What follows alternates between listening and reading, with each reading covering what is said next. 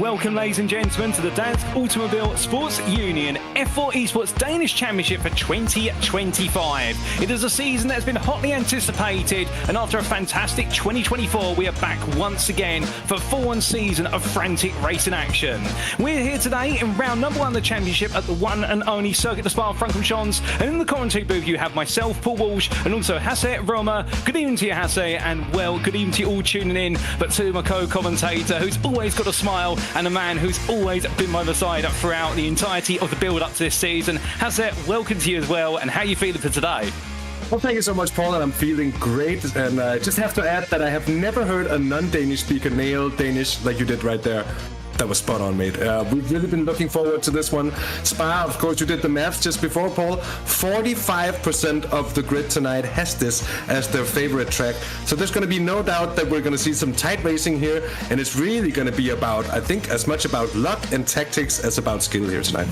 Oh, 100%. With these Formula 4 machines, they are incredibly close and they can run from head to tail, up and down the field, lap after lap. And we can see an absolutely brilliant calendar there. We start off today because it is January the 20th, but we start off at Spa. We then head to Okayama, then to Zandvoort. That's the first half of the season. Then Donington Park for round number 4 on March the 3rd. Navarra in Spain in round number 5. And then to Sebring International to wrap things up. And Sebring, the second most popular circuit from our drivers, 40% of them voting that it was a circuit they were looking forward to out of all of them. So it does mean there's some absolute highlights of circuits here, and indeed a fantastic variety of circuits, all available on the iRacing simulator platform on which this series is being hosted. I mean, Hasse, we couldn't ask for a better combination of circuits, and also in Division 1 we couldn't ask for a better combination of drivers. We have some real talent, some of the very best that Denmark has to offer, and a really nice selection of tracks as well. I think Navarra is going to be, I wouldn't say the odd one out, but that's going to be one to really watch out for. It's a relatively new one to the iRacing sim, and thus I don't think a lot of the drivers are going to be that familiar with it. I think a lot, and I was about to say hundreds of laps. We're going to see thousands of practice laps coming into that one. Anyway, Paul, it seems we have qualifying. Here's Malte Ebdrup, the number 22 car Arctic Sim Sport driver, qualifying up and running about now. So the grid order for Heat 1 is very much up for grabs here. And do remember that for the second heat, we have a reverse grid order for the top 8 drivers. So that's really something to look out for as well. Oh, 100%. And with regards to drivers, a number of them spending a lot of time in the simulator. Melda there in particular, not just a sim racer, but also a real-life racer, having raced in a number of real-life series, including, I do believe, none other than TCR Denmark, unless I'm mistaken. So there's a lot of real-life and also simulator experience being combined and on the line today, as this qualifying session has 8 minutes left on it. And, well, like you were saying there, Hassan, the fact that we do have 2 races on our schedule for today. The first one's grid being set by this qualifying session, and then the results of race number 1 will dictate the flow of the grid into race number 2. But the thing is as well, you want to score big in each and every race. It's no good just to settle for second in race number 1, because it's all the points up for grabs in each and every race. And well, this Spa-Francorchamps circuit absolutely relentless as our drivers continue to put those laps in. And also it looks like we've got some rather nice conditions as well here today, and the fact we've got the sun shining as well. The sun is shining in an all new championship season. Definitely so. I think a lot of people would expect this to be a place where it could rain. Not today. I think a lot of the drivers will be plenty satisfied with that as well. On board with Malte Ebdrup, just to see how he tackles this Spa-Francorchamps circuit in the Belgian Ardennes. Oh, indeed, and roared into the Ardennes, and this circuit being a far cry from its originally envisioned layout all the way back in what was the 1940s and 1950s, being the best part of a 15-mile run, if my memory serves me correctly. Nowadays, to the extent of what is 7 kilometres or 4.35 miles, depending on whether you're imperial or metric, but regardless there, in the fact that it is a circuit that's become a staple of international motorsport, and these Formula 4 machines, in the fact they will be maxed out on the straight, such as on the Kemmel Straight. But as we ride on board with Edward here, as he makes his way down towards Puron Corner, well, now the focus really settles in, as it's all about carrying as much speed as possible. And these Formula 4 cars, they're not the fastest out there, but they've got plenty of aero on them. Combine that together, what it means is every mile now you can carry into and out of corner apex, that is going to be worth tenths of seconds in the entirety of the lap. But look at this composure, Hasse. I mean, the direction change is very rapid fire there through the middle chicane in where is the second sector, now coming towards the end of the lap, but thankfully now he can settle down and just blast out Stavlo too. Yeah, and he'll definitely want to, as you see, just even not taking the car all the way to the edge of the track, mostly because he doesn't need to. But the less you turn, the quicker you'll go on the straight here, and it's about finding every kilometer an hour of speed to carry it down through Blanchimont here. In some cars, this is some of the scariest stuff in the world to go right here, and a little bit of a mistake here will be a massive crash. But imagine in these F4 machines, it'll be anything but. I should completely flat out into the bus stop, right, then left. Maximum send here from Malte Ebdrup, just about keeps it within the lines I would expect here and across the line. Let's see where that puts him. Well, the time's coming in, and we're getting our initial times in this qualifying session. We can see they're going P2 for Ebdrup immediately as he heads on through into La Source. Now we look to Luke Reiner, who moves on across that line. And where does he sit? Currently down in P17. He sliced on, that's P18. But then again, given the fact they do have a bit of time, the one thing about this lap at the circuit, the Spa-Francorchamps, compared to a lot of our circuits on the calendar, it's one of the longer laps around here. And what that means is qualifying really is at a premium. You've got to nail it from the get-go. Whereas at much shorter circuits, such as Navarra, for example, you have a little bit more time on your hands, so if a mistake creeps in right at the start of qualifying, it's less of a worry. But we ride on board here with Reimer as he pounds his way down the Kemmel Straight, and I suspect we're going to be seeing 2, 3, perhaps even 4 wide down here, Hasse, when we go racing. It's actually funny because when you see these F4 machines at a track where you're used to seeing Formula 1 cars and such, they look absolutely tiny. Put another way, maybe the track looks massive. And I guess it is as well. It's relatively wide all the way through. Of course, this middle section down to Brussels and through Speaker's Corner, that left-hander coming up down the hill here, it's ever so slightly narrower, and the drivers will have to take that into consideration. But this is a grade A FIA circuit. Of course, Paul, it leaves plenty of room for racing. Oh, 100%. And with there being plenty of room, and these machines are very comfortable at racing side by side, I wouldn't be surprised if we potentially see entire sections, if not entire laps, where it's too wide, depending on how willing our drivers are to go toe-to-toe. Now, speaking of our drivers here, we do have a number of new faces on the grid. We also have some returning faces, and we'll talk a little bit more about those individuals as we go along through today. But with a whole variety of experience here, I mean, Hasse, it's going to be just as much, say, about the drivers who are veterans wanting to go one step further and chase that championship crown, whereas you've got the newcomers, they've almost got to fight for their place here today. I mean, they've earned the right to be in Division 1, but the flip side of the coin, as we jump on over the top here of Noah Carlson, is the fact that they'll want to earn the respect of their veteran rivals. Yeah, and I think all of the newcomers especially want to make that name for themselves in the league. They want to show their worth and really show that they belong here in the top division. And of course, that sometimes puts a little bit of extra pressure on them, but I think actually it's a little bit easier coming from behind and maybe not having that much expectation on you. Noah Carlson here, I think a little bit of a glitch there in the timing, but Noah Carlson, I think, just putting in the fastest lap, if I'm very much not mistaken. Yeah, you're absolutely spot on there. Goes fastest, but then Sørensen moves even higher. That's Fredrik LJ Sørensen, who moves to pole position by 300. It's so close right now between Carlson and Sørensen, but the time is running out in this session. They won't have much longer to go. And, well, only 2 of our drivers set in 2-minute 20s. Everyone else in the 2-minute 21s or lower here. And I think right now it just goes to show you how close our competitors are. And keep in mind, when we talked a little bit earlier about the number of practice laps going in order to be able to get into Division 1, I'm likely to compete in what was a time trial at the Alton Park circuit. And keep in mind, this year we have 5 divisions. Out of all of our drives, 13,000 laps were turned in order to get through Alton Park to get here and see who would be on this 22-car grid. And as we ride on board with Victor Trudzev Nielsen, well, Nielsen right now in that number 21 car, currently P3. He really is the best of the rest outside of the top 2, but I mean, saying the best of the rest, I say it's only a 10th between him and Marcus Olsen. It could not be closer. No, it's quite close, especially with the top 2. As you said, 300ths of a second. You can see the halo of Victor Trudzev Nielsen's car. It says, if you're in control, you're not going fast enough. And it looked to me he had quite the moment there coming out of the opening chicane sort of section there, the right-hander, Malmedy, I believe it's called, if I'm not completely mistaken. Down towards Stavelo here. You can see it's on the limit stuff, but it's even a little bit of a ragged lap will cost you time, and at this level it just has to be so close to perfect, Paul, that you just have to respect the effort being put in here. A minute left on the clock, which means that I think the drivers that are doing their hot laps now, well, it will most certainly be the final ones coming in here. So it's now or never for all of those drivers who haven't quite put the lap together yet.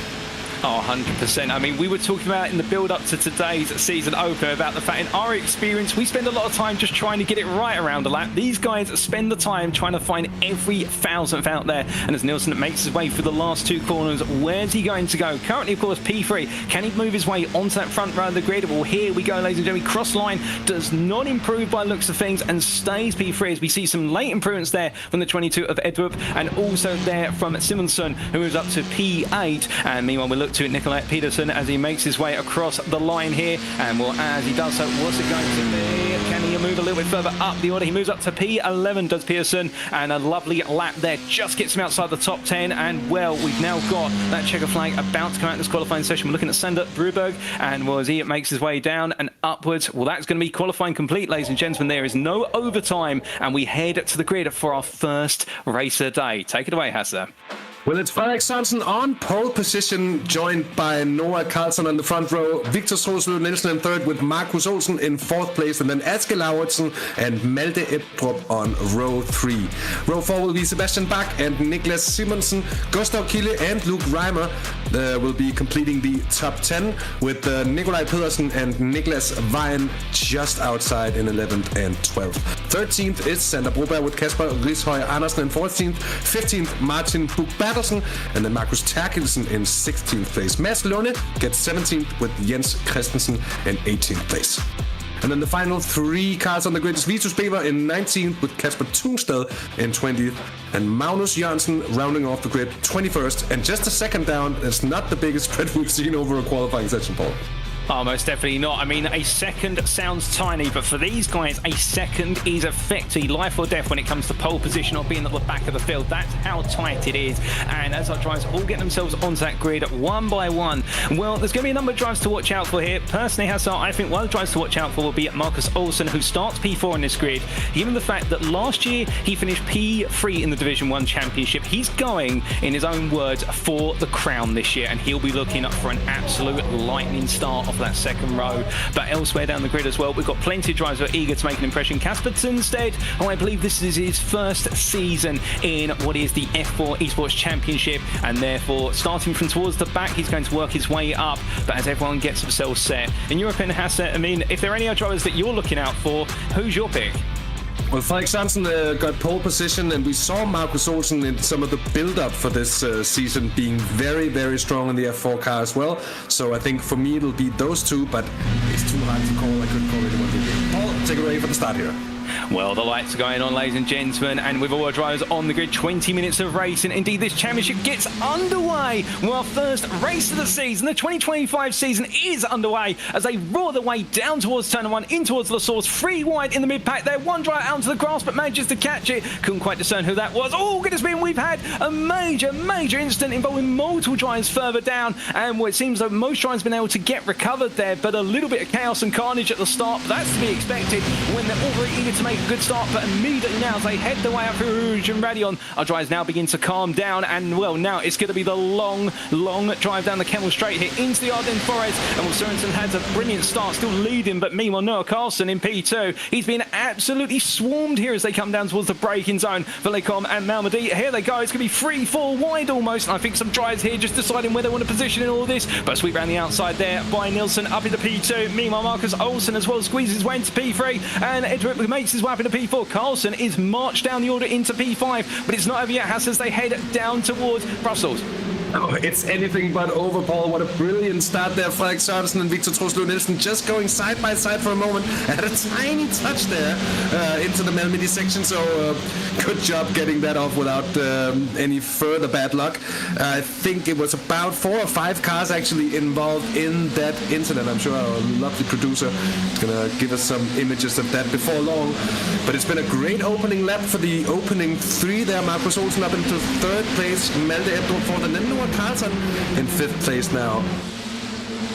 Well, the drives roar the way through the Vantage chicane. We've got two wide in that is Pearson and also Luke Reimer battling as Reimer goes a little bit wide there and will drop down the order. We jump on board with Nicholas Vine meanwhile, and he's currently in P11, the number 8 driver, who having started P12 gaining 1 place. And as he draws his way out, Stavlo 2 now in the long draft as our drives all make the way up towards Blanchimont corner. And well, it's going to be the game of follow the leader, but given the fact the leader from what is the car of Vine here is only 3 seconds up the road, well, that does mean that for Aura drivers as they settle into the end of this first lap, well, it's going to be about now not breaking the toe too much, but saying that it's going to be about on the brakes. They come down to the bus stop chicane, and Olsen looking around the outside. Nielsen, too wide they enter, too wide they exit, do they? And in fact, Marcus Olsen now up into P2. I mean, I said he was one to watch out for starting P4, and he's already showing it as we go on to another lap.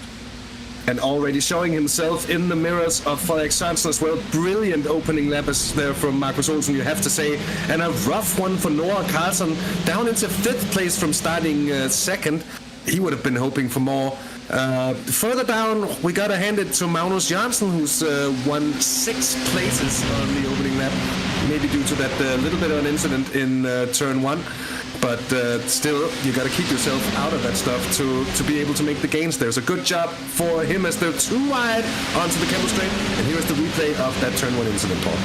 Well, as we take a look back, it seemed as though there one of our drivers briefly being clipped on the apex of the source, and then everybody afterwards just coming on in. But meanwhile, we come back to live action. The 3 wide in towards the chicane sequence at the top of the long straight. And well, as our drivers now make the way on out of what they call the Melody. Well, it is going to be a Melody here as they roar the way down towards Brussels corner, and it does seem as though Nielsen's still holding on, even though Marcus Olsen is throwing everything at this. You'd think he was racing after the championship crown already on what is lap number 2 of the first race of the season. And well, that goes to show you how much it means to him. And well, as we ride on board here with Multi Edbrup as he makes his way down towards Pullman corner. Well, right now rolling in what is P3. He's made a lot of progress. In fact, having gains down that run down the Kemmel Straight. And well, the number 22 driver, I get the feeling here he's become a little bit of a dark horse in the Fat Hasser. He's made a lot of progress and he's just suddenly making his way out the field. But what's happened here? We've had an issue for Niklas Simonsen, I'm afraid. And we'll see just what happened to him a little bit later. We gotta hand it to Victor Torslev Nielsen. It's been a great start for him. Frederik Sørensen, Paul, lost about 3 places, I think, down the run to the Kemmel Straight last time around. But you know, the toe is just so powerful in these cars as the speed isn't really all that high. The top speed, there we have it just getting a little bit too far off on the right-hand side. So anyone who knows this track will know that there really isn't a lot of grip once you go past that green AstroTurf in Pujon. As they come through Blanchimont too wide, and we're about to see some more action into the bus stop here. It's Victor Torslev Nielsen leading Malte Edrup and Marcus Olsen. Malte Edrup there on the outside. Oh, and he keeps it under control. That is quite the move sideways in the first bit of the bus stop there as he takes the lead. The number 22 car is out to win it here tonight, Paul. What a move. Oh, indeed, Edward absolutely going all in there, and now it's about can he break away as they head onto another lap, ruining their way out of the source. We've got 2 wide further back in the battle for P4. That is between Sørensen and Lauritsen, and Asker Lauritsen has made quite a bit of progress since the start of this race, albeit getting back to P5, having started there, it should be said. So that progress after an early regress, but now as all the drivers make the way up the hill, heading on for Rouge and Radion, and now down they'll go the Kemmel Straight. We'll notice here that Edrup and what is it, Nielsen going side by side nice and early, trying to break the tie. I think the 2 of them trying to work together, because Marcus Olsen's going to go around the outside. He picks 1, he picks 2, and the whole field tucks it behind Olsen. They see the way, he shows them the light, and the number 1 driver makes his way to lead this race as they go into the braking zone. Sørensen meanwhile tucks in behind, and that is going to be a swap around there as quickly as they go into lead. Well, now Edrup and Nielsen are down to P3, P4. They're fighting, they give each other enough room. I think neither driver wants to give way, as we have got, I believe, with a drive-through penalty for the number 2 car, and that would be the car, unless I'm mistaken, Hasser, of what is it's going to be Sander Gruber, as he's picked up a penalty, I think, for the opening collision. Yeah, definitely. So it has, it has to be that touch into turn 1 that he's penalized for, and I believe rightfully so. The stewards are not going to be lenient with anything here, and of course, why would they? Because a little mistake like that to just ruin the race of several of the other drivers here. Kasper Rishøj Andersen is on board with the number 12 car, battling for 10th place. I believe that is 9th and 10th. And so much action all the way around the field at the moment here. Eskild Lauritsen, the number 13 machine, he's in 7th. Just 1.8 second from him to the race leader. But any of those sort of gaps that open up sort of past, I believe 1.3, 1.5 seconds, it's going to be serious trouble because, as we know, a car or a pack of cars move that much quicker down the straights with the tow, and the added benefits of someone in behind you as well. That does gives a little bit of an advantage, and that means that it can be really, really hard to close the gap, unless, of course, Paul, that we see fighting like this, 3 wide down towards the bus stop yet again. Well, 3 wide into the bus stop, and then they decide to devote themselves to Noah's Ark and go 2 by 2 through the corners and out. And as they roar the way out, Marcus Olsen retakes the lead with Fredrik Sørensen behind him, Peter, and there's Nielsen and Edrup behind. Oh, a spin at the rear of the field. Couldn't quite see who that was. Were you able to see it, Hassett? Because that, I think, is going to send repercussions in the top 10. Well, that could be... I'm not quite sure, actually, I must admit. Didn't quite catch a glimpse of it, so we'll have to see on the replay just who that was. I think, Paul, something that I thought about with this race is that it's going to be quite tactical, really, because they can fight it out like this every time down the straight, and someone just holds off that a little bit might just be able to keep his heart rate and such, and his nerves maybe as well, under that little bit extra control. Or I might be completely wrong, and we're just going to see full send 3 wide down into the comp here every single lap of this race, which could quite happen with the contact, and it's Marcus Olsen in the number 1 car, and it's Fredrik Sørensen, the pole sitter as well. Big drama, and hardly even halfway through the race. We've been racing for just over 8 minutes here, Paul. This is going to be heartbreak for the both of them. Oh, indeed, and well, that is going to hurt massively. And those two drivers are both absolutely giving it everything. That is going to reset them now a long way down the order. Olsen has dropped to P10 to give you an example there, and Sørensen back up to P11. He's battling with what is Hirensen. And meanwhile, here is what happened. So there was a bit of a tap there coming out the bus stop chicane, which sent our number 8 driver of Nickers Vine around. And then we just seen the replay there of Olsen being collected alongside his rival coming into Lacombe. And well, when the margins are that narrow, you are going to make contact. But for the uninitiated, we should point out we do have a live shooting panel shooting all these races. It is our panel of 3 judges, as they self-coin themselves, and we'll have the opportunity to catch up with some of them in the build-up to tonight. And well, we might get a word or two from them over the course of the season, or at least I'll be able to pass on some thoughts from them. But I can tell you one thing, our judges are going to be scrutinizing every instant there, and we'll keep you updated, ladies and gentlemen, when we do see any penalties arise, even if they are just warnings to drivers, because of course a penalty can be anywhere from what is a warning for driving standards all the way through to a drive-through penalty, albeit hopefully we don't see too many penalties this season, because the race is absolutely brilliant. And Sebastian Bach right now looking to make some more progress here, and well, with other drivers falling down the order, he's now looking to try and make an impression, trying to go around the outside of Lauritsen, outside to inside of the bus stop chicane. Lauritsen's still there, and well, as they make the way onto another lap and we reach the halfway point of this race, well, we can see the camera there in the bottom right of Sebastian Bach, and right now absolutely cool as a cucumber as he makes his way down in towards La Source. I mean, both tries go in there, but then Lauritsen goes on the inside, back tucks in behind. But now, of course, the thing will be, as they make the way up towards Uruj and Radion, it's going to be all about the draft. And I think you raised a good point earlier, Hassett, in the fact this could be a very tactical race. I mean, some of the drivers have absolutely gone all in so far, but I wonder if 1 or 2 of them right now are starting to think to themselves, you know what, relax a little bit, we've got 10 minutes to go, focus on how I'm going to be set up for the last 2 laps. That's where I can take the victory.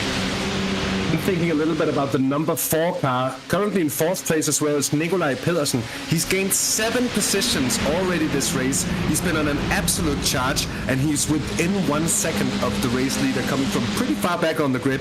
That is some really good racecraft on his behalf, and I think maybe taking that slightly more tactical approach to it, trying to stay out of those really heated battles, and then just trying to gain when everybody else is making the mistakes, or just getting a little bit too involved with one another here. That could end up being a solid strategy. We'll just have to see how it goes. Oh, 100%. And sometimes to win, you just need to stay out of trouble, at least as they do normally say. The saying goes, to finish first you must finish. And that is going to be on the forefront of the minds of a good number of drivers here as our leaders continue to push on. And well, right now, it does seem as though our top 10 is gradually starting to fan out to a degree. We are seeing a number of drivers now starting to form into smaller packs as we do right on board here with Noah Carlson, currently in P3, and our top three have started to inch a little bit away from the chasing pack, albeit half a second to Pearson in P4. So therefore, it's not quite the fact we've got a top three that have sprinted off into the distance, but it does seem as though time is continuing to move on the side of the leaders, and well, as they roar their way on down towards Blanchimont corner. Well, right now, Carlson, I think, is not going to try and entertain too much two-way, because I think he can see that he might be able to just make a break from the rivals behind, albeit pulls out the immediate draft there, puts himself on the outside line, and well, that can be for one or two reasons. It can be to simply say to the driver in front, look, I don't want to make a move, or it can be a dummy, of course. We've got a lock up there from the Ritson as he battles side by side still. Ooh, and there's a tap between the two of them, only that was almost close to curtains. A little bit of argy-bargy there, Paul, and I think they're quite lucky to have gotten away with another send from the 12 car on the 9 machine there. That's Kasper Rishøj Andersen. I'm sorry, Kasper Rishøj Andersen. Of course, we do have a connecting run between the two names. But a very good move from him. That touch before there, as close as they come without really going wrong. And that's what we love to see, Paul, with driving at this level, with racing at this level. It's the excitement. It's the pure closeness in nature of this sort of racing that makes it so good to watch. Close to having another 3 wide here, I think. Noah Carlson, as we saw before, seems to be taking a, or dare I say, relaxed approach, Paul, but he's certainly holding back. He's not attacking at every moment. I think he's just waiting for his chance to really seize the moment and see if we can get the better of the well, after all, teammates, although they won't be racing as teammates here, that's for sure, Paul. But he's biding his time, and I like this approach. Let's see if he brings him anything more than what has already brought him here, which is a fine 3rd place. Oh, 100%. And it's a good point you raised there in regards to our two leaders of Victor Nilsson and Malte Edrup, in the fact they're both racing for is the Arctic Sim Sport by the ROEP DK team. And well, with that in mind, of course, this is a championship which is about the individual drivers are taking the accolade for the ultimate Division 1 crown. But given your teammates out there, I mean, first and foremost, the one thing you don't want to do is you never want to take your teammate out of the race. As we see a big run wide there from Nilsson, absolutely pushing it to the limit out of Stablo 1 into Stablo 2. He's going to have to be careful abusing that too much, of course, because he might be picking up a few off tracks. But as they roar their way out towards what will be Blanchimont, well, meanwhile, you can see Carlson there looking from one side then to the other, and I think now starting to play some slight mind games here with Edward in the looks through into Blanchimont. Meanwhile, 2 wide into Blanchimont. There goes the battle for P4 as they head up towards the bus stop chicane, and again 2 by 2 they go almost, and well, we look back up to the front and Carlson up the inside of Idrup in towards the bus stop, and he loses out there on the second apex. But I think now he's started to show his signs, and it is, I'm attacking here as we head into the final 5 minutes. I said before, Paul, that they wouldn't be racing as teammates, but you saw that slight jink right there from Victor Nilsson, just giving the toe to his teammate Malte Edrup and making sure that Noah Carlson would only get the side toe there. Of course, there is a bit of a draft when you go side by side with someone. It's not just straight behind the car, but it's obviously stronger there in the middle. And you also saw it just make the difference that allowed Malte Edrup to fend off Noah Carlson there in second place, and the battle for second place. So interesting team tactics that are going on from the Arctic drivers there. Another move might be coming. They're getting swamped from behind. Look at it, here goes Nikolaj Pedersen. And he's taken 3rd place, at least provisionally. He's going to be on the outside, a slight touch between the two. And Paul is holding his head in disbelief that they actually managed to pull this off. And I'm not very far off of doing it myself. This is some of the best racing I've seen in quite a number of years, and commentating here on iRacing. This is beautiful. It is poetry in motion, an absolute racing art form we're seeing here tonight from these drivers. Some of the very best, Paul. I am up and running with this, that is for sure. Oh, you said it perfectly. I mean, my jaw absolutely dropped there. How they got through that with just a tap and a couple of lockups. I mean, that goes to show you the professionalism with which they're racing. I mean, we are always going to have moments where it goes across the line, but like that was absolutely incredible racing. We love to see it as they make their way through the Fangio chicane. But in all this, with the top 3 battling, what is noticeable, oh, a big run wide there, and that is Pearson going all the way out onto the gravel and then bringing himself back onto the circuit for Stavlo 1. But the point is that fighting amongst the top 3 has now brought the entire entirety of what is the top 7 to within 2 seconds of each other. This single camera shot can be summarized by 7 cars, 2 seconds. You do the mathematics, that's barely any time between each and every car if they were equally spaced. And as they roar their way up towards Blanchimont, well, now you can see Edrup and what is Victor Nielsen. They're starting to run off a little bit more, but again, that half a second gap is nothing in terms of these Formula 4 cars. They roar their way down towards the braking zone, but here comes Asker Luritzen looking around the outside. Too wide, they go in to the bus stop chicane. He's going to hook it absolutely as hard as possible here. It's Nikolai Pearson, but as they make the way onto another lap, 3.5 minutes to go, 2 more laps are racing at the helm here, and Luritzen, you can see it on the camera, he's getting frustrated, he wants to get ahead, but he can't find a way through. Every time he goes through it, there's just an answer for Pearson right now. He's going to have to find a way in that number 13 to reinvent the book of overtaking, and well, he's running out of time as they make the way onto what arguably is going to be the penultimate lap, but here we go once again, has it up onto the Kemmel Straight shortly, and well, will it be fireworks this time? I think it's been fireworks pretty much every time, Paul, but we might just see it again this time around here as Victor Troslo Nielsen's got a very good run on Malte Edrup. Now let's see how much of teammates they actually are. They're going to be side by side this time around, and a good run here for Asker Lauritsen, who might just grab a hold of third place with Nikolai Pearson. They're 3 wide in the battle for third place behind, manages to pull it off yet again. I think we have to notice and just mention as well that the number 1 car, I think we got it on screen as well, but the number 1 car of Marcus Olsen has been given a 10-second penalty for causing a collision. That's going to be rather a disaster for Marcus Olsen. Let's hope he is able to bounce back from that in the second heat of racing here, as Victor Troslo Nielsen does take the lead away from Mads Edrup. Paul, this is going to be, I think, the penultimate lap of this opening heat. These 20 minutes of racing has absolutely flown by, and it has been just brilliant here. Mads Edrup still with a chance to really retake the lead. He could do it into the bus stop. I think if I were him, I'd probably try to wait until the end of the Kemmel Straight, because your odds of defending it is just going to be that little bit better.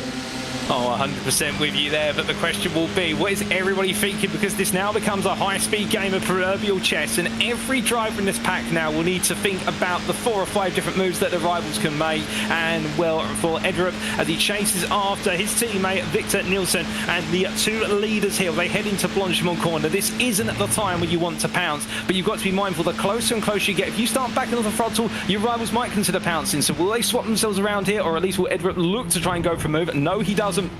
Pulls that inside line, but backs it off slightly, and now he's going to go all in on the final lap. The white flag waves, there's the sign, 1 to go, and as they coming out, we can see the battle for P3. Luritzen having to go absolutely defensive to the outside. That's going to enable the door to be open for Pearson, but he's not close enough to look on the inside. Noah Carlson as well just tucks back in. They're all thinking one thing, there's a long stretch coming up, and if we're all in the tow, then we could all just simply go for it down the Kemmel Straight. But here we go then, as they roar their way up towards Aruj and Radion, and I'm stumbling over my words here, Hasse, because I think this is going to be a nail-biter.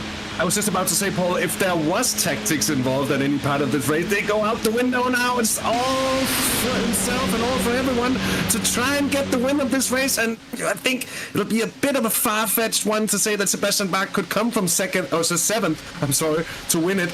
But still, it could actually happen. And look at this, Asker Lauritsen, as he's too wide with Malte Edrup, holds on to the exit nut right there, and there's too much happening for me to cover everything. Brilliant move though from Lauritsen to take second place away from Victor Nielsen, who's down into third, Nikolai Pearson fourth, and Noah Carlson rounding off the top 5 as we speak. Oh, that's how they are currently as they make their way halfway into this final lap. But how will they become the bus stop? That will be the big question. But Lauritsen absolutely going all in as we look back from the rear of the leader's car, going a bit wide out of Perron corner, and Malte Edrup at this point, he's absolutely pushing it. You could see the steel and determination on his face and the trophies in the background. He is a man who's absolutely committed here. But that number 13 has come out of nowhere in this race. It has gained 3 places since the start. And well, as our drivers roar their way up towards what will be Stablo 1. one. Well, Lauritsen right now absolutely here thinking that he might be able to steal this race from everybody, given the fact that he's really been a secondary character all the way up to the last couple of minutes, but now he's announced himself on the main stage. But I get the feeling he may not have the opportunity to, because here comes Nielsen. Nielsen tucks in behind here, and now it's going to be Lauritsen who finds himself in the Arctic Sandwich as they head in towards Francorchamps corner, and Edrup only has 2 more corners and a short sprint to the finish line, but Lauritsen's there, so is Nielsen, and the 3 come down. They head towards the braking zone. It's going to be 2 wide on the inside. It's going to be 3 wide. It's not to be, as Edrup goes defensive. Lauritsen goes as deep as possible, but Edrup says no and parks it right on the inside. They come out the final corner. The checker flag waves, and it's going to be another Edrup who takes a victory, but they're coming home P2. It'll be Victor Nielsen just ahead of Asger Lauritsen with a top 5 completed by Nikolai Pearson, or is it? No, it's Noah Carlson who just swipes into P4 ahead of Nikolai Pearson right at the line. Goodness me, that's your top 5, and Hasse, what a way to end the race. Brilliant. We saw a sprint even to the line. There was like a bike race in there with a brilliant finish. Just lining it up there for Victor Nielsen to grab second place in what looked to be a move that was just off. But he made it stick. He made it happen. I think in a moment's time, once we have the final cars across the line, we're going to have the results up. And in final there, Paul, what an opening round of racing here. What a way to kick off the season. This was absolutely brilliant. Oh, 100%. And if you guys and girls at home have never tuned in to what is the F4 Esports Danish Championship, well, there is the reason why you should tune in year after year. And that's just race 1 of round 1 of the 2025 Championship. And if we've had that much racing in our first race of the season, well, you can imagine how close and tight it is going to be as we make our way into our second race of the season, which is coming up in due course. Of course, we do have a top 8 reverse grid for this one. We're just getting set at the moment, and very shortly we're going to have those results on screen for you from our first race. But an absolutely brilliant race, back and forth. It had heroics, it had some moments as well while drivers did have come-ins together, but of course that is always first round nerves. You're always going to see a couple of little sketchy moments between drivers, but they'll get through it all. The stewards have also been active there, so our stewards have got plenty of practice and they've been able to show it. And well, I mean, race number 2, I think we're going to see even more of the same. But do you think some drivers might cool down, or do you think they might warm up now in terms of the racing? I think some of the drivers might have learned a thing or two just about maybe not going for every possible move that you can. But, this one can't be seen in the results. That is actually true. We're going to cover that as we move along. But what a brilliant race, Paul. My apologies for just getting sidetracked there for a moment. I don't know if you would have really taken that much. For anyone who's had bad luck in the opening round, it's another chance of trying to go for it again. I think we're going to see another 20 minutes of the same come round 2. I can't really fathom it being, let's say, well, I wouldn't say dull, because it would never be dull in any sort of way with this kind of racing, would it? But a quieter version of what we've just seen, I wouldn't expect it. I think maybe even just a few tempers have been flared up, and we'll see some of the drivers being even more raring to go. Oh, I'm with you on that. I think race number 2 will just see things that step up a little bit more from what is race number 1. And well, keeping that in mind, of course, with that partial reversal of the grid, that also does mean that we will see some drivers start out of position. Some of the faster drivers, perhaps, such as our winners, starting further down. So they've got to fight their way through. And drivers who, in the end, finished quite some way down, well, in their mindset, they're now going to be in the full process of, I need to try and hold on to this because I can score some big points in what is that partial reverse grid race. But that is where it all comes down to driver mentality, and also just how quickly drivers want to carve their way through the field or carve themselves off into the distance. But definitely it's going to be one of the situations whereby when you flip part of the grid going into the next race based on those results, it gives an opportunity. But also, will we see any drivers who end up in early instance in race number 1? Could they benefit from what is that top 8 inversion? That will be also on their mind. Have they been able to fight the way up the order, as we'd see one of our drivers just making the way up the Reiser, Uruj and Bradion, getting every minute and every second of practice that they can into this session. And well, we spoke about earlier, Hassan, the fact that every lap they turn, I mean, these drivers practice these laps until they can do it in their sleep and with their eyes closed, albeit we won't see any of them racing with their eyes closed, hopefully. But I can tell you one thing, I mean, the effort is showing.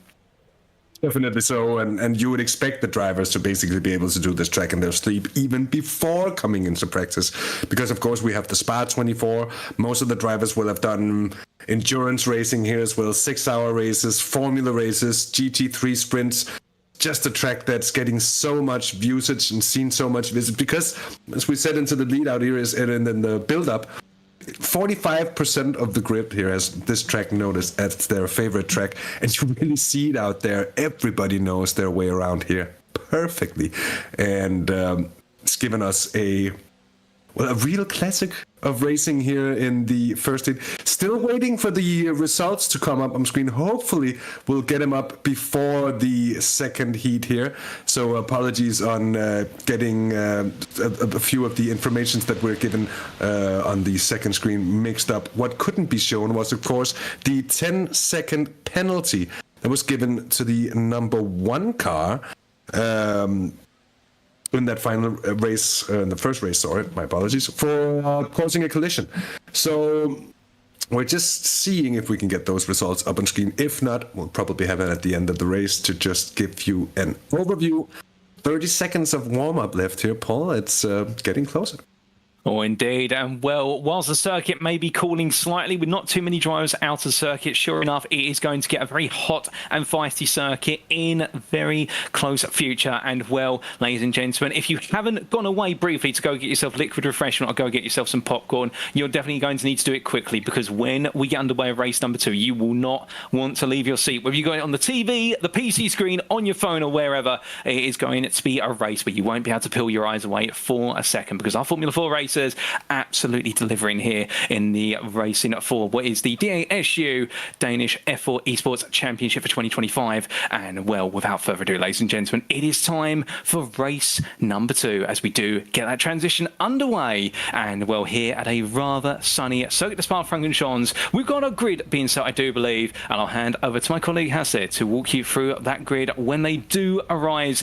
But whilst we are waiting for that grid to gradually come into position, I think we've still got a couple of drives to make the way on, and then we will be good. And there is the grid. Over to Hasse. Markus Terkelsen, the privateer, number 15 car, on pole position with Sebastian Bach. Then Kasper Rishøj Andersen in third, and we're a little bit fast there. I didn't catch him quite. I can tell you that in fourth it's Nikolaj Pedersen with Noah Carlson fifth. Then Aske Lauritsen, Victor Nielsen, and Malte Ebdrup in 8th place, as you can see here. Luke Reimer gets 9th with Markus Olsen 10th, Frederik Sørensen in 11th, Jens Christensen 12th, Magnus Jørgensen in 13th, with Mithus Bever getting 14th place for this race. Gustav Kille 15th. Then Niklas Simonsen, Mads Lunde, Martin Buch Bertelsen, Kasper Thunsted in 19th. And Niklas Tebein and Sander Broberg rounds it off. And we're already green here, Paul, as they come roaring down towards turn 1. It's Markus Terkelsen trying to hold the inside, and everyone in this field will hope for a clean venture. And I think there might have been a little bit of trouble all the way at the back. We do see, because we heard it as well, just the crunching sound of someone having an incident. That La Source up through Radion they go, Arouge, and now the Camel Straight for the first time, 20 minutes again, and immediately, Paul, we're 4 wide. We're 4 wide as they make their way down the Kemmel Straight, and that is going to be Rishøj Andersen versus Pearson, also Bach and Kilson. And as they come down, well, who's going to be leading in towards late comments? The question, and the answer is Nikolaj Pearson, who takes it in the P4, who takes it in the number 4 into P1, I should say. Get my numbers, my nomenclature mixed up there. But as they roar their way down towards Brussels corner, you can see all the field here now starting to marshal the way under braking. Bit of a late move there further down in the picture. I do believe that might be a move on from Bertelsen for what is P14. Trying to go for it, but as they come out of the left-hander and down towards Coron Corner, you can see Pearson and what is Rishøj Andersen putting pressure on each other here in the lead, and this causes the entire field now to stagger behind for a brief moment. Everyone immediately returns to the racing line as they come down through the left-hand at the Coron and then in towards the Fender chicane they go. And well, despite there being an incident, I think Jens Christensen was involved in a bit of contact at La Source. We might get a replay of that in due course, because he's all the way down in P21, having started what was P12. He's the only driver who's really lost out at the start of this race in what would appear to be an incident. It's a bit off the pace, but otherwise all the field right now together. But you can already see some small gaps starting to emerge, but it is really for the leader as they head out of Stablo 2. Yeah, and onto the Paul Frere straight here with Nikolaj Pedersen leading the way ahead of Kasper Rishøj Andersen. Sebastian Bach in third with Markus Terkelsen and Noah Carlson rounding off the top 5 here in the opening lap. And it's going to be too wide into Blanchimont here as Kasper Rishøj Andersen is looking for a way past, and he might just find it into the bus stop. There might have been a slight tap 3 wide into the bus stop, and surely this can't work out, but it just about does. And Nikolaj Pedersen is going to keep a hold of the lead here. Amazing stuff. What a bit of racing there. It seems like magic that they're able to just weave their way through together, Paul. And when you see it, you hardly believe your eyes here. It's brilliant. Oh, goodness me. I've had to pinch myself multiple times given how brilliant the race it is. And as they roar their way onto lap number 2, well, Nikolaj Pedersen, how he's holding on to that lead right now, despite it all. That goes to show you his commitment and the whole field coming up behind. Meanwhile, got 2 wide there on entry in towards what was the run of a Rouge, and I believe that was 2 wide between Luke Reimer and Fredrik Sørensen. There's still 2 wide in the rear of the picture, but meanwhile at the front, everyone scatters. Oh, goodness me, somebody going out onto the grass there, and well, that's a very inventive way. They're pushing the limits there of what is the track. They're going to go for it, though, as it's going to be 4 wide, but everyone starts to settle down, and we'll say, oh, no, it's all gone wrong, and that is going to be with multiple cars going straight onto the escape road there, and, well, they all tried to go 4 wide another time around, but this time it's gone wrong, and I believe that is the car there falling all the way down the order of what will be at Rishøj Andersen getting collected, but that means Terkelsen has now moved his way into the lead of all this. Well, goodness me, I think our live stewarding team have now got their work absolutely cut out for them, trying to dissect that one, but at the same time, I think all the drivers right now, minus what is Rishøj Andersen, are going to be thinking, how on earth did we just make it out of that? And well, everyone did negotiate that as best as possible, but to see a number of drivers have to use the escape road there, very quick thinking on their behalf, that's brilliant race sense from them as well. It means our top 2 now breaking away, but the fighting's not over yet, Hasse, because meanwhile, behind now, it's a big scramble for P3, albeit the leaders are 1.5 seconds off of the distance, and, well, that means they're just now in a position whereby they can try and run away with this. Yeah, it's certainly a gift to be handed for Markus Terkelsen and Noah Carlson. They just have to not fight it too hard between one another there with 1.8 seconds of a lead to this following pack. And I believe, Paul, it's been really, really tough luck for Malte Edrup, who is down in 21st place at the moment. As you said, Kasper Rishøj Andersen also involved in some of the calamities there. Markus Olsen also finding himself way down. This is some of the stronger drivers, some of the drivers that we had marked off as favorites. As 3 wide into the bus stop yet again, and they just about make it through. But some of the drivers that we had as favorites, who are sort of more or less out of the race here, with still 15 minutes left to go. This has really opened the door for some of the outsiders to go and have a real attempt at this one. And it's looking really good for Noah Carlson, who's taking the lead away from Markus Terkelsen, the 2.8 seconds clear of this following bunch. And this just goes to show, Paul, once you start fighting, you're going to lose out big time. Well, that's the thing. You're spot on. And with that now, it really becomes that fight for P3. And the fight for P3 will feel like a win for these drivers in this pack, given the fact the leaders have gone. However, if the leaders do start to fight later on, which they're doing a bit of swap back and forth, you can see that in the foreground of the camera shot here as they come down towards what is at Lake Com. Well, if the leaders continue to just go to me, to you, they keep handing off the lead for the time being until the last couple of laps, then they'll never be caught, and therefore the fight for P3 really will take centre stage in that mid-pack, and therefore it's proverbially that our drivers start to fight over what is the scraps of the points rather than the prime accolade. But they're not thinking about that right now. They're just thinking about trying to gain time on each other. As we can see at Luke Reimer there, well, in P4 trying to inch ahead of Victor Nielsen, and Nikolaj Pedersen falling back there as Pedersen and Nielsen get very, very close together once again. And well, I can tell you one thing, there's no love lost between those two, and the fact they've been fighting each other incredibly hard over the course of this race distance so far. Coming down through at Paul now, and well, to give you some updates, ladies and gentlemen, on what has been some instance earlier on. The lap 1 incident we saw at La Source briefly, albeit it was primarily off camera. There's been no further action, and also the number 4 has picked up a drive-through for causing a collision margin, and the number 4 car being that of what is Nikolai Pearson. So I believe Pearson has been found at fault for what happened at the end of the Kemmel Straight, only what was a lap or two ago, and therefore that's going to be a frustrating turn of events for number 4 driver, as meanwhile our top 2 here just continue to run on. They've been out of trouble, they've stayed clear of it all, and we said earlier on, Hasse, that sometimes if you just stay clear of the danger, you're on for a good result. Where if you're Tekilson or Noah Carlson right now, you're going to be thinking to yourself, I'm not just on for a great result, I could be on for the win. Yeah, definitely so, and these two have literally put themselves in pole position to try and do just that. And you can see it as well. They're being pretty clever about it, not fighting one another too hard, at least not fighting it at every opportunity like we saw at the head of the race through the entirety of the first heat here. So the great minds will sort of come to the front sometimes. Even also just throw a bit of luck, I guess. Sometimes it's skill, sometimes it's luck, sometimes you can try to stay out of the trouble, out of the real hard battling, and an incident is gonna conspire against you from ahead, and you're gonna have nowhere to go, and it just sort of takes you out of the race anyways. So there really isn't any way to just make sure that you played 100% safe. Sometimes you just have to gamble that little bit.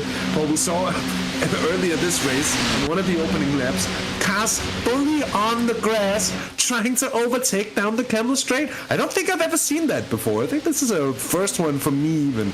So some pretty insane racing going on, and it's still happening here. You can see this battle for third place, too wide, all the way through Le Combe here, in through Malmedy, now down the hill, down towards the Brussels hairpin.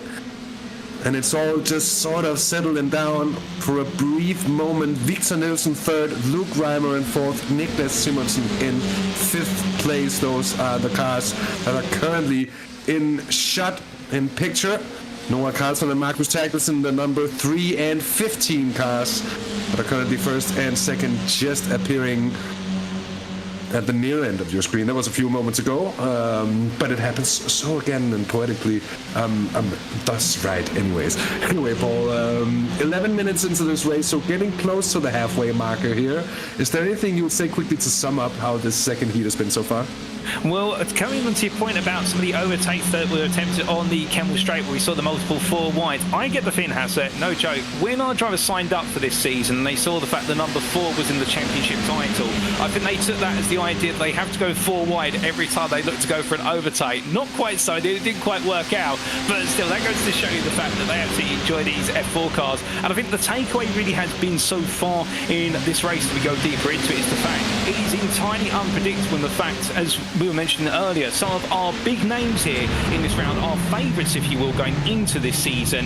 They've had perhaps the hardest run of them all so far, and well, we have multiple examples, including what is it, Marcus Olsen, but this is enabling other drivers to really come up and get right stuck into the fight. But what that is going to do as this season goes on, it's only going to make the races even tighter, and therefore we'll have drivers who are looking to try and turn things up the other way in terms of those results as they make the way onto what is another lap here, and when we do have what is a stop and go 10-second penalty for the number 4 as well. So just to add to what is the woes for Nikolai Pearson, well, now it's gone from what has been a drive-through to a stop and go 10-second penalty, and that is going to be absolutely a frustrating way to end the day in Belgium. But meanwhile, coming back to what's on the screen here, let's not forget we've got the brilliant racing 3 wide once again here, and this is going to be Nielsen, Simonsen and also Reimer. Now, who is going to emerge the leader of the 3 of the cars here? I think they're all Arctic teammates, and well, in the end, they managed to show a little bit of team decorum, and it will be Niklas Simonsen who makes his way up into P3. But we keep seeing this exchange, Hasse. I get the feeling right now the Arctic guys are trying to just create a bit of a rolling roadblock, and they want that fight for P3 to come at the end of the race. Yeah, because you see the fighting every time they sort of pull alongside one another and go too wide into a corner. It's going to cost them 4 or 5 tenths of a second, and with that, it has a slight air of resignation about it from these guys, at least in terms of trying to race for the win here, which of course is pretty understandable. Although, also, you might think with 3 teammates down here that they would be interested in sort of really just trying to get the head down and see if they would actually be able to somewhat close that gap with 9 minutes just about 9 minutes of racing here left. Of course, could go and be difficult. And who am I to question those kind of decisions anyways? But a dweeb. Noah Carlson leads Marcus Terkelsen 0.5 of a second between the two. Of course, that's going to be well within the toe for Marcus Terkelsen. He can still very much so gain that back and make a move in the swift wave of a wand, more or less, Paul. Here it's further down, Kasper Tunstad losing a position to Magnus Jørgensen. And here is still a double too wide as the number 9 car, Sebastian Bach's trying to make a move. He's trying to pin himself in between the Arctic cars.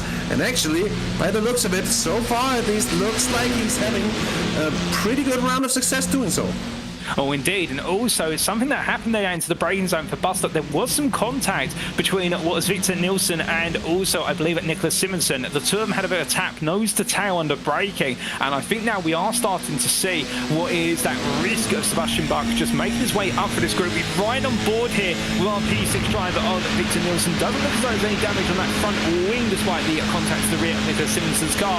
But here we go, then coming out of Radion onto the camera straight this time. You can see the Arctic drivers all trying to for the line here, and well, it's now going to be the double draft to enable Nilsson to take one, to take two. Up front, you can see there Carlson just simply showing a little bit of a wave to Kilson, but then we come to the battle for P3, and well, as they roar their way right into left here, it's Sebastian Bach who now falls back to P6 with Luke Reimer being the first guy who's got to try and find his way through, and as they roar their way outwards down towards Brussels hairpin, you can see on the back of this group as well, we have Martin Buch-Bertelsen, and well, he's just watching a bit of a contact there, bit of elbows out, and well, it looks as though Bach's just able to survive that almost running wide there, but not so. But that enables Bertelsen to move up a place, and I get the feeling Sebastian Bach will not be too happy with that one. He is going to be absolutely fuming with that one, Paul. I think no question about it. Then immediately trying to send it into Pujo. Of course, not the best place to try and overtake these cars. It can be done. They're so small, but in anything else, I certainly wouldn't recommend trying the big moves in that place. So we have a replay from what I think was the first penalty-causing incident.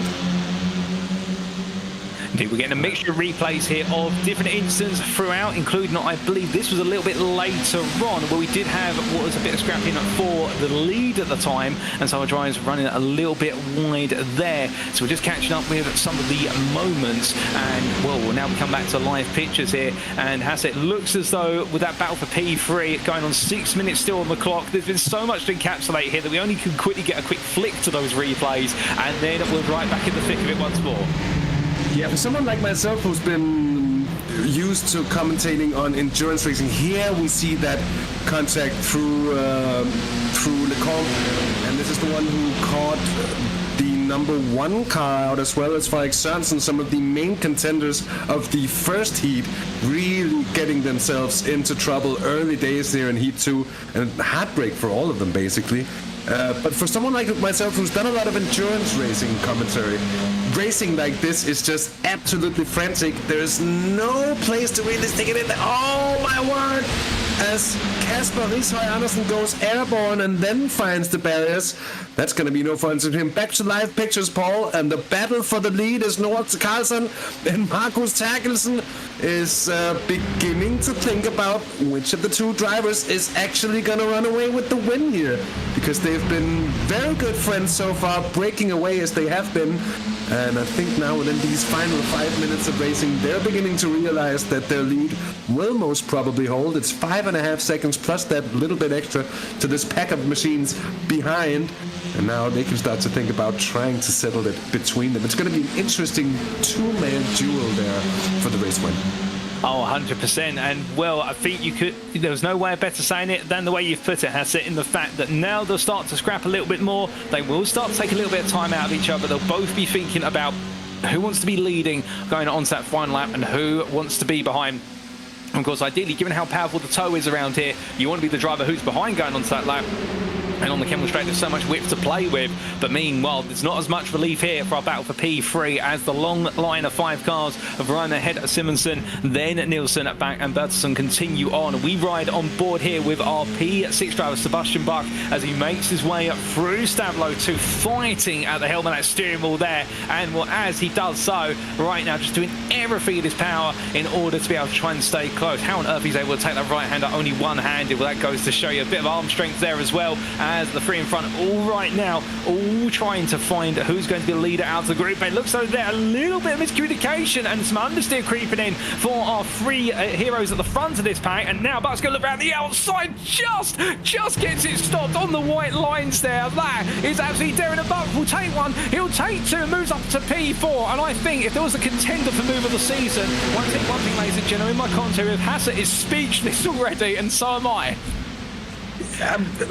He was on the grass, Paul. He was on the grass, started breaking the cows, breaking away from as well towards the left as a soft flip, and then so magically the curbs appear. Then he can break, and he can just about nail it. That was amazing. Really, really good to see there from the 9 machine of Sebastian Bach. Niklas Simonsen up into 3rd place now, I believe.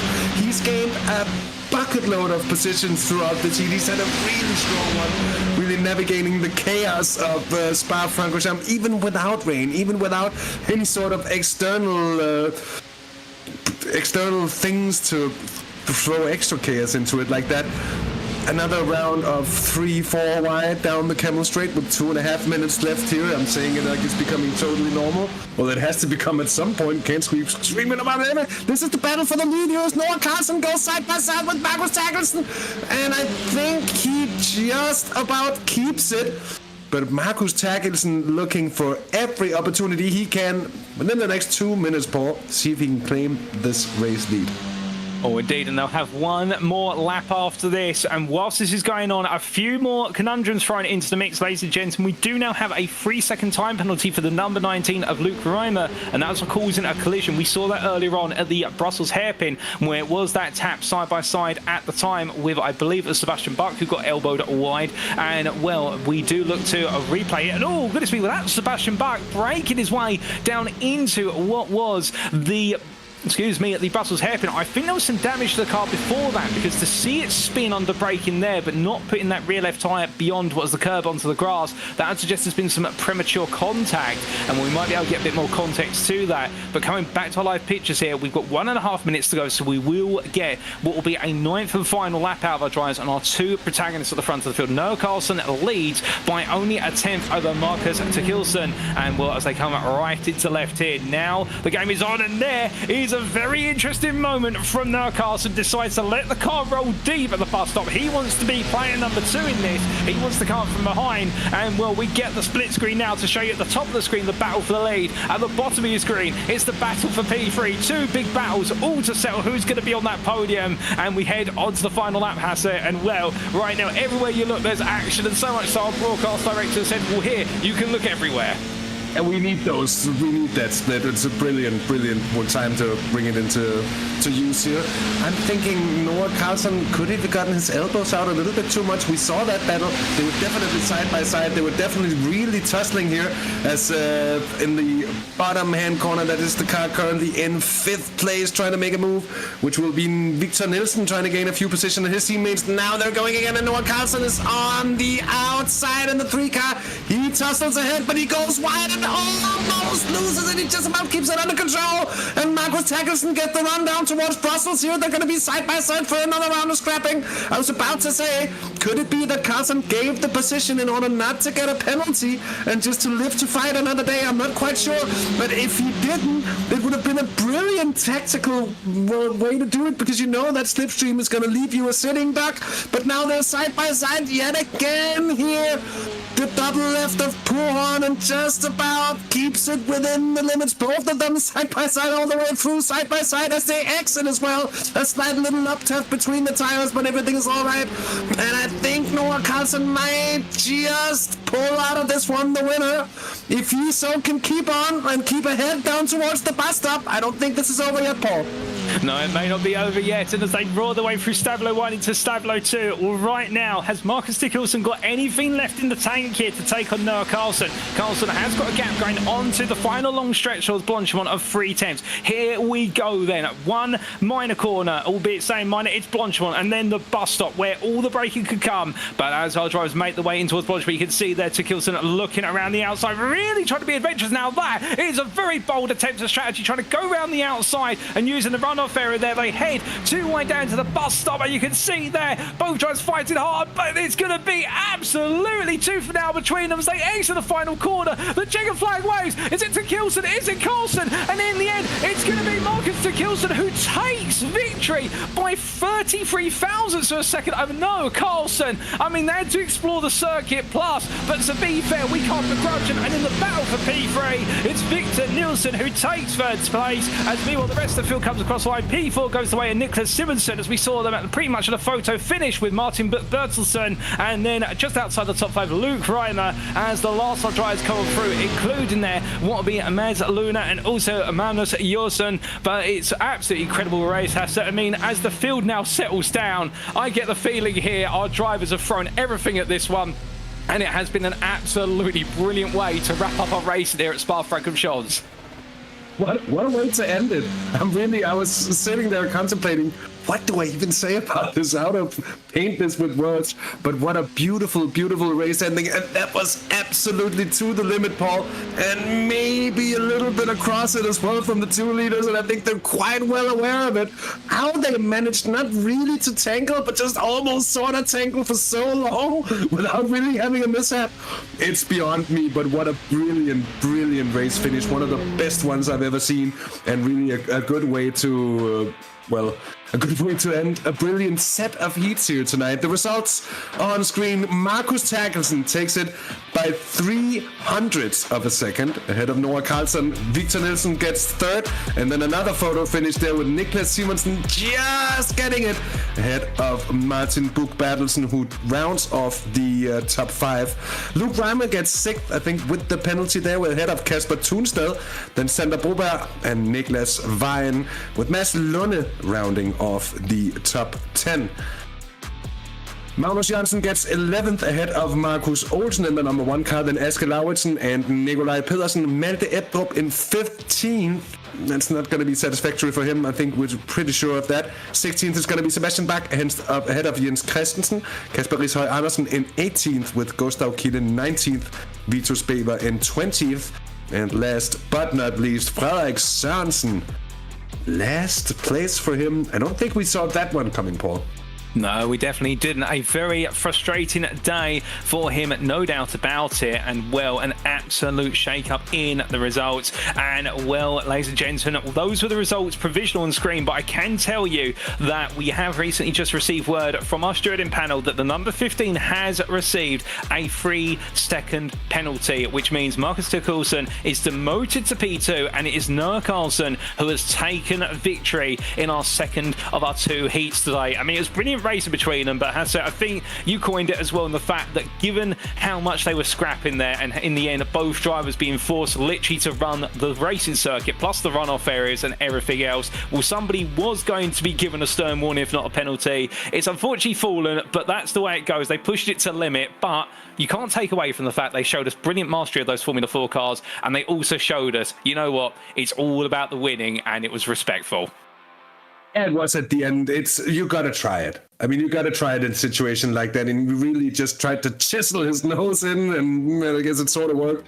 But the send was a little bit of a late one coming into the bus stop, and when it's that close, and yeah, I kind of see it. I see where the stewards are going with it, and it's going to be interesting to hear, Paul, when you get a chance in a moment to speak to Noah Carlson, just how he's going to put that in his own words, because he's just been a part of that. I would like to see, I don't know if any of the drivers are doing that, but a heart rate monitor in a situation like that. I guarantee you, Paul, it's going to be up into the 170s or something like that. What a brilliant way of finishing these 2 heats here tonight.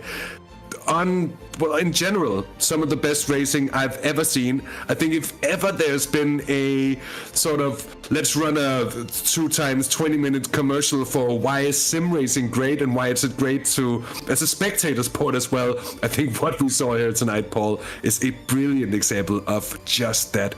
Beautiful racing. Beautiful. Oh, I'd agree with you. In all my years of covering sim racing and real life motorsport, I can tell you one thing, Hasse, I've never seen it that close between drivers, but not just close, but so respectful. Even when they pushed it to the absolute limit, the fact they gave it the rule out there, and you can see it as well in the position of the cars, the body language, all of it. The fact they're giving it everything in those races. They may only be 20 minutes long, but to our drivers out there, it doesn't matter if it's 20 minutes or 20 hours. They are keeping their heads down and throwing everything at it, and it really sets up the scene up for what is going to be an absolutely epic 2025 season. And remember, that is just round number 1. I mean, we've got 5 more rounds as the championship goes on. I mean, this is just a taste of what's to come. I get the feeling that we're going to need heart rate monitors in the commentary booth by the end of this, just for the simple reason I think we're both going to be seeing our hearts leave our chest.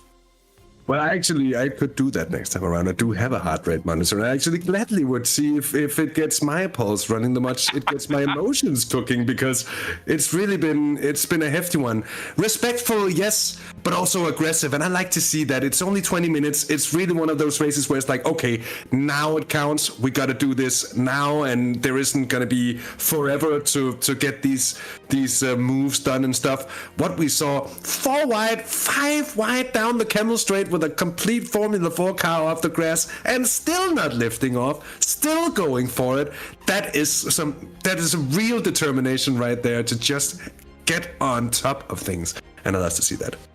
Oh, 100% with you there. Well, I think with that, ladies and gentlemen, we're not going to get a word from our winner, Noel Carlson, but what we will do is we'll now look ahead to round number 2 in what is 2 weeks' time. In the fact, we'll head from Belgium to Japan for the one and only Okayama circuit. Save the date, the 3rd of February 2025. Time being, of course, what is 8 o'clock in the evening, Central European time, and that is where we will be going racing for our 2nd round of the season. But with that, ladies and gentlemen, it's been our pleasure here. I have been Paul Walsh, and alongside me has been none other than Hasse Roma. This has been round number 1 of what has been the Dansk Automobile Sports Union Formula F4 Championship, the Esports Championship, and we look forward to seeing you in 2 weeks' time for round number 2 at Okayama. Until then, take care, stay safe, stay on track, and all the best.